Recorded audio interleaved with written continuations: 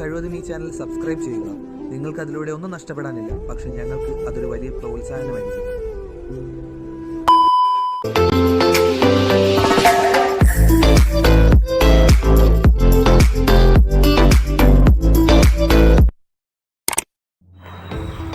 ഞങ്ങളുടെ കയ്യിൽ ഒരാൾ കൊണ്ടുത്തന്ന ഒരു സ്റ്റാൻഡിങ് ഫാനാണ്. ഈ സ്റ്റാൻഡിങ് ഫാനാണെങ്കിൽ പുള്ളി അഴിച്ചു കഴിഞ്ഞിട്ടാണ് ഞങ്ങളുടെ കൊണ്ട് തന്നത്. ഞങ്ങളിത് നോക്കിയപ്പോൾ ഇതിൻ്റെയാണ് കോയിൽ കംപ്ലൈൻ്റ് ആണ്. പക്ഷേ ഞങ്ങളിത് അഴിച്ചു. കോയിലിൻ്റെ അകത്തൊരു ഡിവൈസ് ഉണ്ട്, ഫ്യൂസബിൾ പോലുള്ള. ആ ഡിവൈസ് ആയിരുന്നു കംപ്ലൈൻറ്റ്. ഞാൻ ആ ഡിവൈസ് ആണെങ്കിൽ എടുത്ത് കളഞ്ഞിട്ട് അത് സോൾഡർ ചെയ്തിട്ട് രണ്ടാമത് ചെയ്ത് ഞങ്ങൾ ഈ ഫാന് ശരിയാക്കുന്ന അതാണ് നിങ്ങളെ കാണിക്കുന്നത്.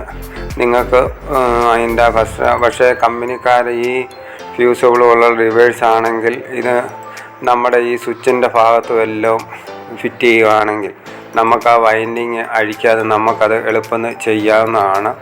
ഈ വൈൻഡിങ് അഴിച്ച് ചെയ്ത് കഴിഞ്ഞ് കഴിഞ്ഞാൽ ചിലപ്പോൾ അതിൻ്റെ കോയിൽ പൊട്ടുകയൊക്കെ ചെയ്യും, ബുദ്ധിമുട്ടാണ്. ആ സ്വിച്ചിൻ്റെ ഭാഗത്താണെങ്കിൽ അത് കുഴപ്പമില്ല.